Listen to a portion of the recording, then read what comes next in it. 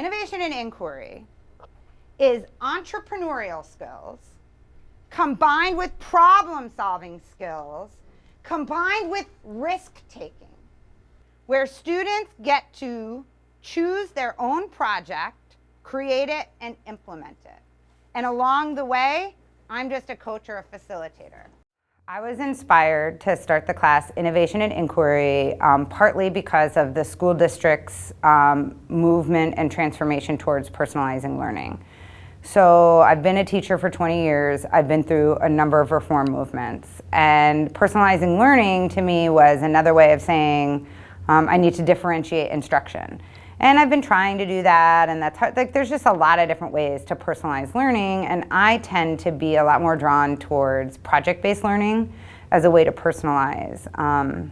I became a teacher so that I could help inspire and empower young people. Like, you come to me in some ways not realizing so many ways your potential. And so I really like projects as a way to go deep and to have rigor.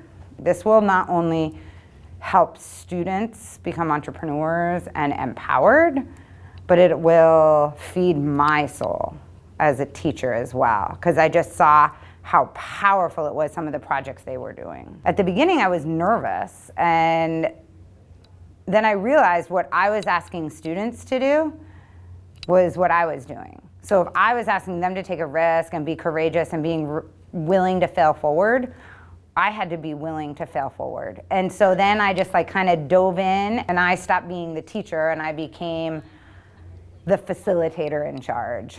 What the class has done for me is it's helped me realize that my goal as a teacher in all my classes is to really listen.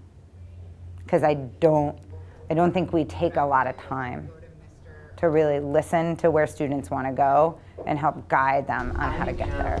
I'm doing two things. So yeah, you right are. now I'm trying to figure out the design for our t-shirts, and for Robert, I'm doing some It takes editing on kind of stepping out a bit out of your own little, part of your, I guess, worldview, and kind of looking and seeing how can I give back to part of my community in a way that you think is beneficial.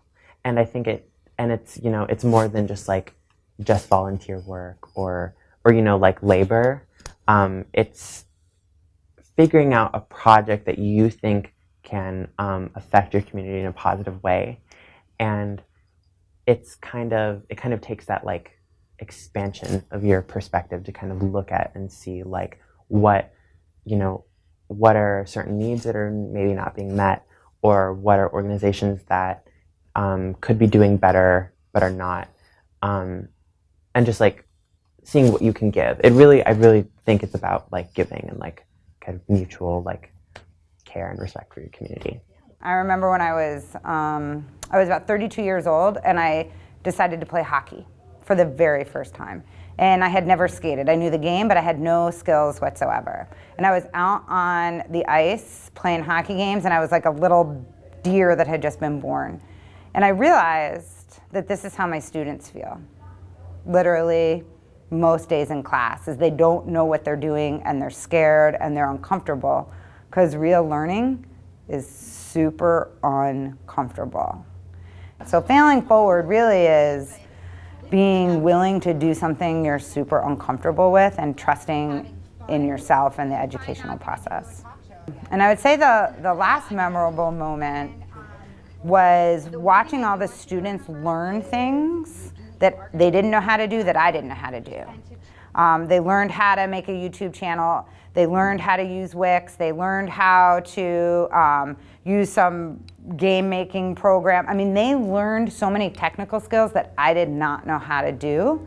And then they taught me those things to help them, and they taught each other those things. So this is insane sense of community of learners all teaching each other, and nobody was in charge. Everybody was just learning. I think that was the moment that this class just like inspired me to continue teaching and bring that into other classes. 1, 2, 3. All right, that's good. Testing robber baron. Oh, yeah. Oh, Dom. This is where we unlearn, okay? So what does that mean? Well, when you're in school, oh geez, this is kind of hard to explain, but you know, I'm gonna be honest with you. I know how school works, right? And so I know the ins and outs. I know how to kind of cheat the system, right? But in this class, you can't do that. So you have to think creatively. You have to think creatively. That's why it's called innovation and inquiry. And that's why we go through the design process. We have to feel empathy, and then we have to create, ideate. And then after that, if we come up with a prototype, and if after our results, we go ahead and do the whole process again. And so that's what makes this class different. I love this class. You know, my favorite 3 classes are first period, second period, third period physics, this class, and calculus, and they all just complement each other so well. Because of this class, I'm starting to think creatively, and it really helps me out in physics and calculus, and in every other class as well. It helps me think outside of the box and come up with solutions to very, very hard problems.